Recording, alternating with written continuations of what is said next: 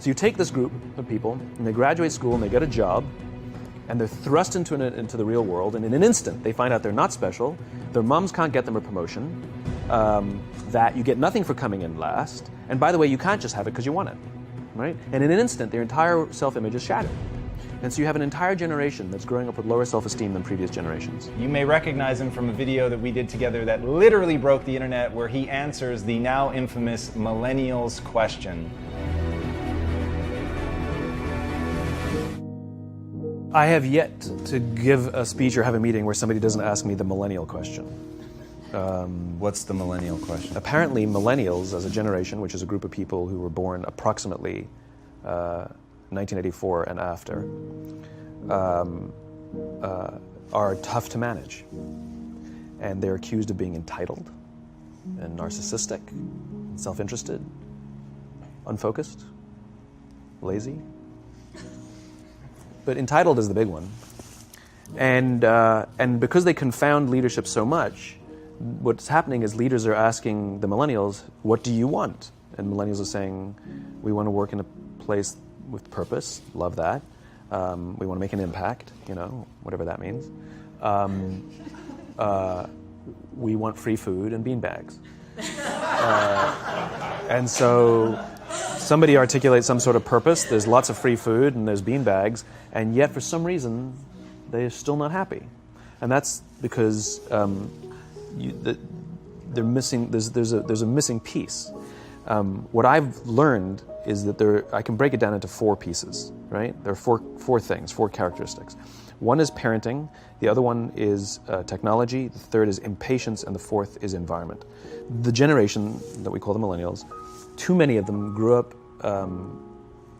subject to, not my words, failed parenting strategies, where, for example, they were told that they were special all the time. They were told that they could have anything they want in life, just because they want it, right? They were told, some of them got into honors classes, not because they deserved it, but because their parents complained. And some of them got A's, not because they earned them, but because the teachers didn't want to deal with the parents. Some kids got participation medals. You got a medal for coming in last, right? Which the science we know is pretty clear, which is it devalues the medal and the reward for those who actually work hard. And it actually makes the person who comes in last feel embarrassed because they know they didn't deserve it, so it actually makes them feel worse, right? So you take this group of people, and they graduate school, and they get a job, and they're thrust into the real world, and in an instant, they find out they're not special, their moms can't get them a promotion, that you get nothing for coming in last, and by the way, you can't just have it because you want it, right? And in an instant, their entire self-image is shattered.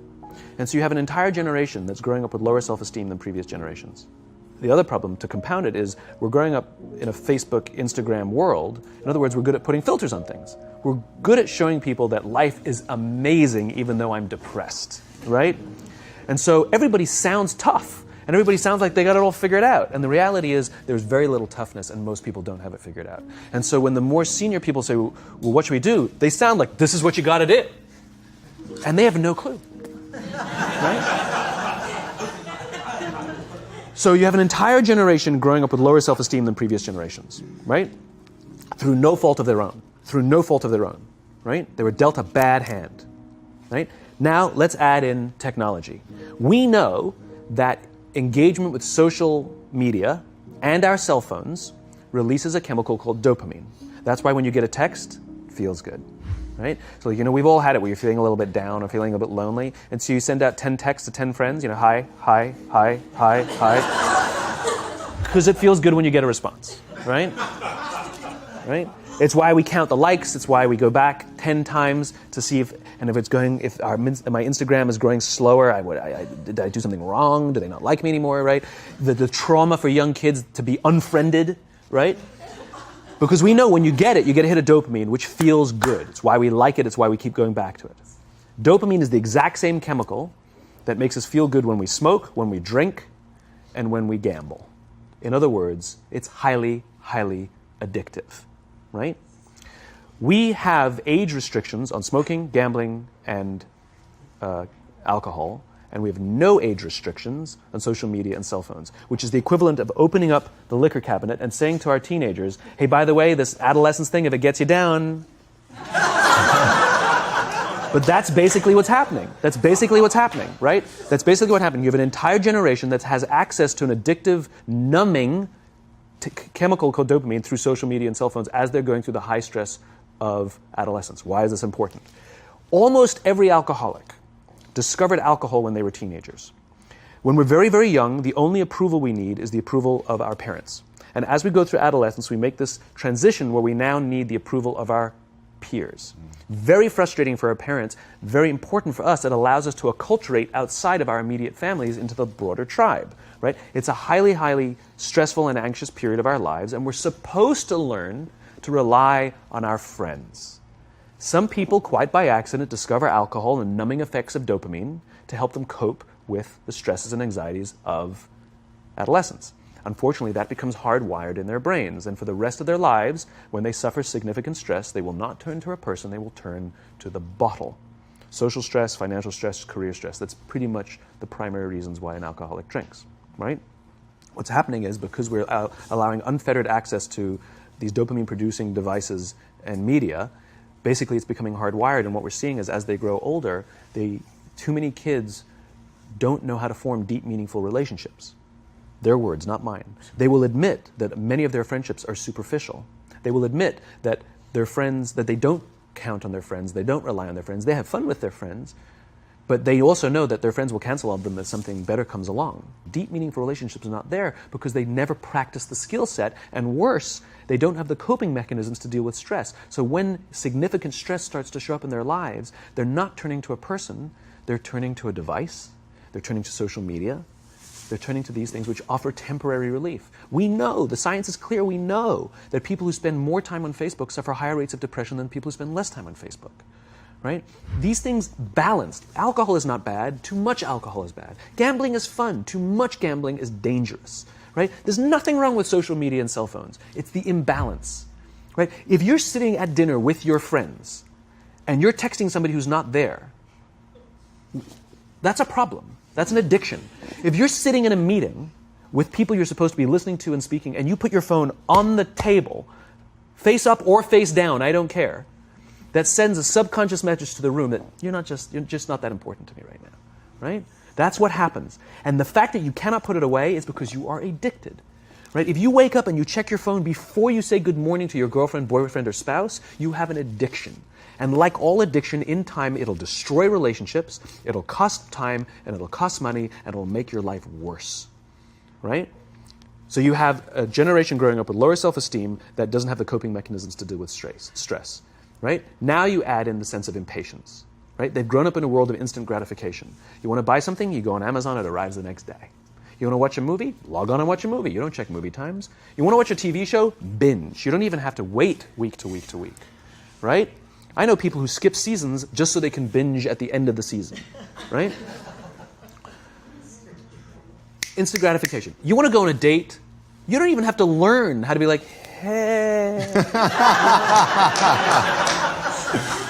You don't even have to learn and practice that skill. You don't have to be the uncomfortable one who says yes when you mean no and says no when you mean no, but yes when you...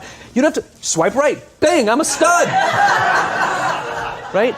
You don't have to learn the social coping mechanisms, right? Everything you want, you can have instantaneously. Everything you want, instant gratification. Except job satisfaction and strength of relationships, there ain't no app for that. They are slow, meandering, uncomfortable, messy processes. And so I keep meeting these wonderful, fantastic, idealistic, hardworking, smart kids. They've just graduated school. They're in their entry-level job. I sit down with them and I go, how's it going? They go, I think I'm going to quit. I'm like, why? They're like, I'm not making an impact. I'm like, you've been here 8 months. You know? It's as if they're standing at the foot of a mountain and they have this abstract concept called impact that they want to have in the world, which is the summit. What they don't see is the mountain.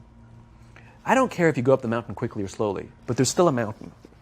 And so what this young generation needs to learn is patience. That some things that really, really matter, like love, or job fulfillment, joy, love of life, self-confidence, a skill set, any of these things, all of these things take time. Sometimes you can expedite pieces of it, but the overall journey is arduous and long. and difficult. And if you don't ask for help and learn that skill set, you will fall off the mountain, or you will, the worst case scenario, and we're already seeing it, the worst case scenario is we're seeing an increase in suicide rates, we're seeing an increase in this generation, we're seeing an increase in accidental deaths due to drug overdoses, we're seeing more and more kids drop out of school or take leaves of absence due to depression. Unheard of. These are all, this is really bad. The best case scenario, those are all bad cases, right? The best case scenario is you'll have an entire population growing up and going through life and just never really finding joy. They'll never really find deep fulfillment in work or in life. They'll just waft through life and it'll be just, it's fine. How's your job? It's fine. It's the same as yesterday. How's your relationship? It's fine. Like that's the best case scenario. Which leads me to the fourth point, which is environment. Which is we're taking this amazing group of young, fantastic kids who were just dealt a bad hand. It's no fault of their own. And we put them in corporate environments that care more about the numbers than they do about the kids. They care more about the short-term gains than the long-term life of this young human being. We care more about the year than the lifetime, right? And so we are putting them in corporate environments that aren't helping them build their confidence, that aren't helping them learn the skills of cooperation, that aren't helping them overcome the challenges of a digital world and finding more balance, that isn't helping them overcome the need to have instant gratification and teach them the joys and impact and the fulfillment you get from working hard on something for a long time that cannot be done in a month or even in a year. And so we're thrusting to them in corporate environments, and the worst part about it is they think it's them. They blame themselves. They think it's them who can't deal. And so it makes it all worse. It's not. I'm here to tell them it's not them. It's the corporations. It's the corporate environments. It's the total lack of good leadership in our world today that is making them feel the way they do. They were dealt a bad hand, and I hate to say it, but it's the company's responsibility. Sucks to be you. Like, we have no choice, right? This is what we got, and I wish that society and their parents did a better job. They didn't. So we're getting them in our companies, and we now have to pick up the slack. We have to work extra hard to figure out the ways that we build their confidence. We have to work extra hard to find ways to teach them the social skills that they're missing out on. There should be no cell phones in conference rooms. None. Zero. And I don't mean the kind of like sitting outside waiting to text. I mean like when you're sitting and waiting for a meeting to start, this is what we all do. We all sit here and wait for the meeting to start. Meeting starting? Okay. And we start the meeting. No, that's not how relationships are formed. Remember we talked about it's the little things? Relationships are formed this way. We're waiting for a meeting to start and we go, how's your dad? I heard he was in the hospital. Oh, he's really good. Thanks for asking. He's actually at home now. Oh, I'm really glad. That was really amazing. I know, it was really scary for a while. That's how you form relationships. Hey, did you ever get that report done? Oh my God, no, I didn't. I'll help you out. Can I help you out with that? Really?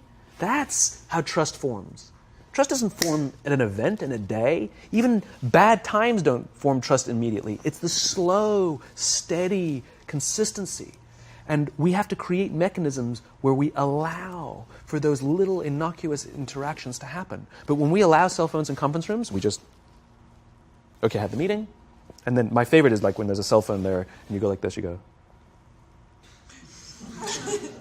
It rings and you go. I'm not going to answer that. But, Mr. Magnanimous, you know.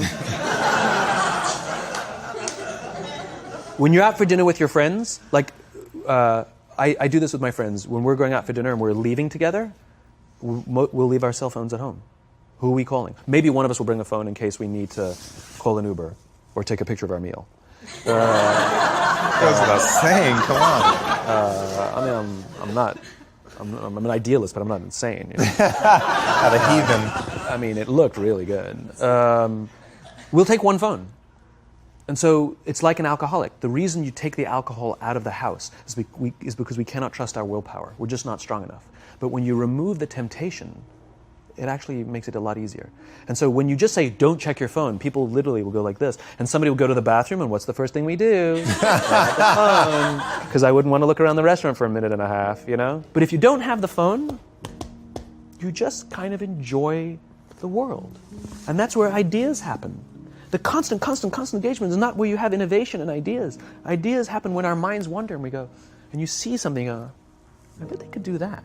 That's called innovation, right? But we're taking away all those little moments, right? You should not, and none of us should charge our phones by our beds. We should be charging our phones in the living rooms, right? Remove the temptation. You wake up in the middle of the night because you can't sleep, you won't check your phone, which makes it worse. But if it's in the living room, it's relaxed, it's fine. But it's my alarm clock. Buy an alarm clock. They cost $8, right? I'll buy you an alarm, right? But the point is we now, in industry, whether we like it or not, we don't get a choice. We now have a responsibility to make up the shortfall and to help this amazing, idealistic, fantastic generation build their confidence, learn patience, learn the social skills, find a better balance between life and technology. Because, quite frankly, it's the right thing to do. Simon, thank you so much pleasure. for coming on. My pleasure. Thanks for having me. Thank you for coming. That was incredible. Absolutely amazing. Where can they find you? It's ironic, isn't it? Well, you can find me on social media. When you're not in the meeting. So yeah, I'm in all the usual places. But I will tell you one thing. So I have a new book coming out in September. It's a thinly veiled plug, but what's You've made them very happy. But what's special about it is I wanted to produce something that no digital format could reproduce. Interesting. And so it's an illustrated quote book. It's beautifully illustrated. I was very sort of pushy about this, that I didn't want the illustrations done on a computer. They were done by hand. There's a song, Aloe Black, the singer, the Grammy-nominated singer. The book is called Together is Better, and he gave me a song that goes with it. And the music is at the back of the book, and it's actually, the lyrics are in his handwriting. It's actually his handwriting. And here's the best part. The book is scented. We scented it with a custom scent made by this amazing company called 1229, and they designed for me the scent of optimism. All right. So you smell the pages, and they smell like optimism, right? And the thing that I love about this is I can't do that in any ebook format. I wanted to create something that you had to physically engage with, and it's designed to be given as a gift. The first page says to, from, because I wanted it to be given as a gift to someone you want to say thank you for inspiring you, or to give to someone you wanted to inspire. It was designed to promote this physical interaction and engaging with the real world. So I'm really proud of it. It's incredible, man. Super unique. Yeah, it's fun. I hope it does smashingly well, as your other books have, and have given so much to people, and it's just really, really been incredible. And what you shared with us today, man, honestly. Thank you. Absolutely wonderful. Appreciate it. Thank you very much. So much. Truly, thank you for having me.